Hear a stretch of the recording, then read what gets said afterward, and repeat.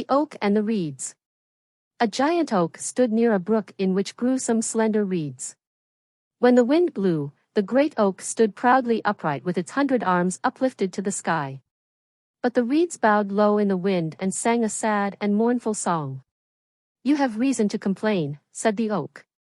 "The slightest breeze that ruffles the surface of the water makes you bow your heads, while I, the mighty oak, stand upright and firm before the howling tempest."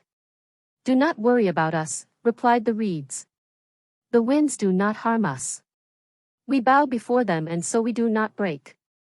You, in all your pride and strength, have so far resisted their blows. But the end is coming." As the reeds spoke, a great hurricane rushed out of the north.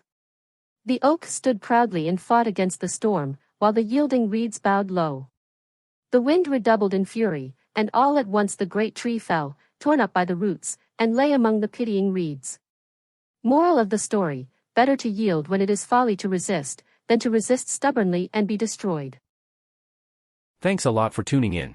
Don't forget to subscribe, hit that like button, drop a comment, and share with your buddies. Catch you in the next video.